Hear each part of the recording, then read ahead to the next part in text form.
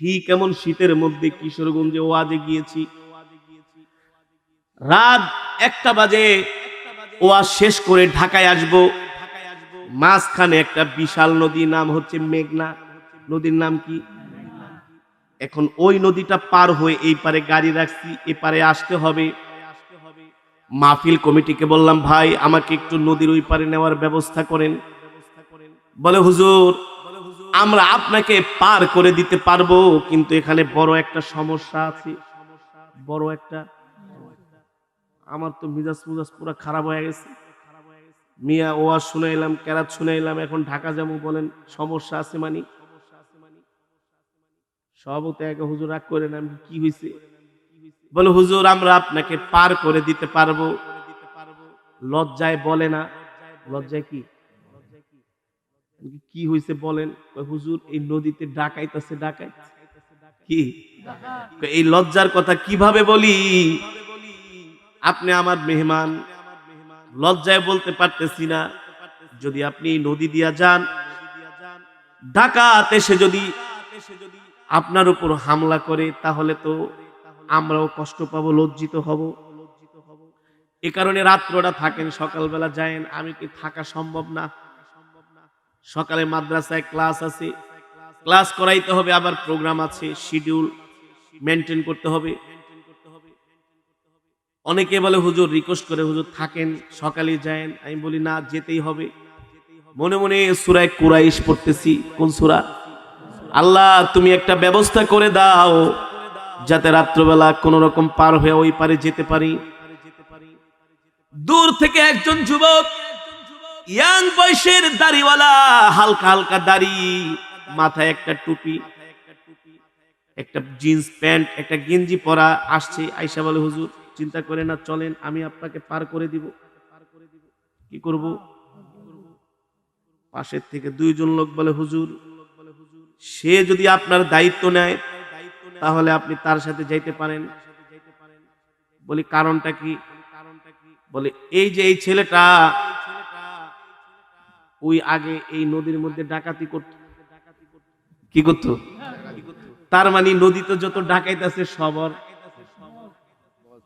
বস পরিচিত। ওর সাথে যদি আপনি যান, লাইট যখন ডাকাইতে মারবে, যদি ওর সাথে থাকে, তাহলে আপনাকে ছাড়বো। বলবো, ভাই আমার হুজুর কিছু বলিস না। 3 বছর আগে ওই ওয়াজে গিয়েছিলাম।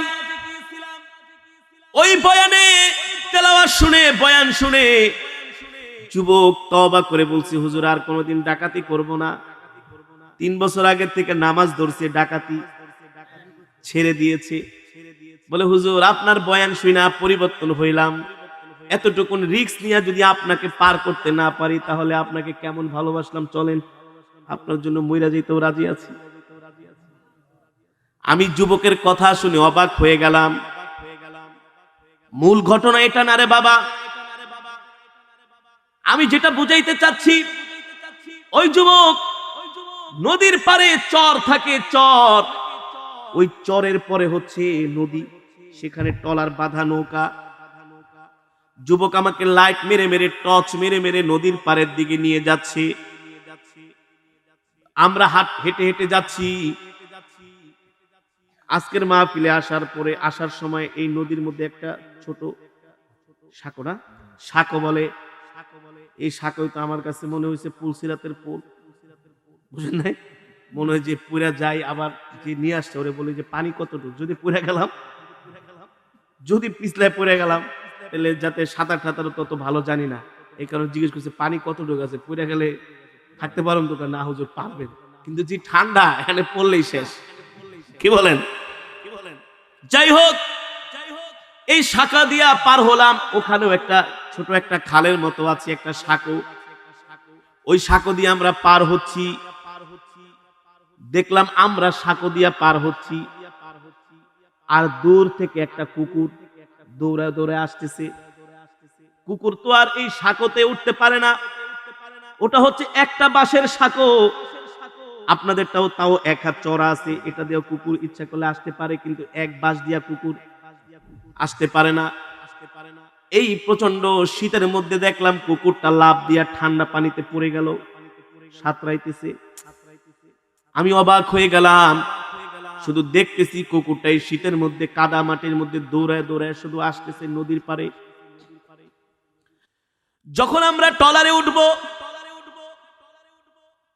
ট্রলার ছেড়ে দিবে, কুকুরটাও দৌড়িয়ে দৌড়িয়ে নদীর পাড়ের দিকে আসতেছে। আমি আর সহ্য করতে পারলাম না, বললাম ভাই এই কুকুরটাকে দেখছি 10-15 মিনিট পর্যন্ত শুধু পানির মধ্যে দৌড়ায়, কাদার মধ্যে দৌড়ায়, কারণটা কি? কারণটা কি? আমরা যখন ট্রলারে উঠলাম, ট্রলারটা যখন ছেড়ে দিবে, কুকুরটা আমাদের ট্রলারের কাছে আইসা আমাদের ট্রলারে উঠবে, জোরে জোরে আওয়াজ করতেছে, বুঝাইতে চাচ্ছে আমাকেও ট্রলারে নাও। কিন্তু ওই যুবক কুকুরটাকে বারবার বলে চলে যা চলে যা, আমি আসতেছি। যত বলে কুকুর শোনে না, এত বুঝায় কুকুর শোনে না। নৌকা যখন ছেড়ে দেওয়া হলো, এখন আর কুকুর লাফ দিয়া নৌকায় উঠতে পারবে না ভেবেও সে ঝাঁপ দিয়া নদীর মধ্যে পড়ে গেল। আমি বললাম ভাই এটা কি? বলে হুজুর এই কুকুরটাকে আজকে আমি 1 বছর যাবত পালি। হুজুর এই কুকুরটা আমার এত ভক্ত, আপনাকে বুঝাইতে পারবো না। আমি রাত্রবেলা ঘুমায় থাকি, কুকুর আমার জানলার পাশে বসে থাকে। রাত্র গভীরে আমি যেখানেই যাই দেখি কুকুরটাও আমার পিছনে পিছনে যায়। আমি ওর নাম রাখছি বলদ। আমি বলি এ বলদ তুই কই? কুকুর ডাক দিয়া কান দুটা ঝাড়া দিয়া বলে আমি আসি। হুজুর এই কুকুরটা আমাকে এত ভালোবাসে, এত ভালোবাসে, আমি যখন খেতে কাজ করতে যাই কুকুরটাও ক্ষেতের পাশে যায় বসে থাকে, যতক্ষণ কাজ করি ততক্ষণ বসে থাকে, আমার পিছনে পিছনে আসে। আমি বলি ভাই এই কুকুরটাকে এত বশ তুমি কিভাবে করলা? হুজুর তেমন তো কিছু খাওয়াই না, দেও না, আমার খাবারের কিছু উচ্ছিষ্ট কিছু জুটা আমি কুকুরটাকে দেই, একটু ভাতের মার দেই, কিছু পচা বাসি খাবার দেই, মাঝে মাঝে একটা রুটি কিনে দেই। এতটুকুন খাওয়ানোর কারণে কুকুরটা আমার পিছনে পিছনে ঘুরে, কোনোদিন আমাকে ছেড়ে যায় না। এই কথা শোনার পরে আমার চোখ দিয়া পানি পড়ছে। আমি বলি আরশের মালিক, দুনিয়ার একটা কুকুরকে একটু উচ্ছিষ্ট জুটা খাওয়াইলেই যদি একজন মানুষের এত ভক্ত হয়ে যায়, ওই মালিকের রিজিক খায়া মালিকের সাথে শুধু নাফরমানি করলাম, তার গোলামি করতে পারলাম না।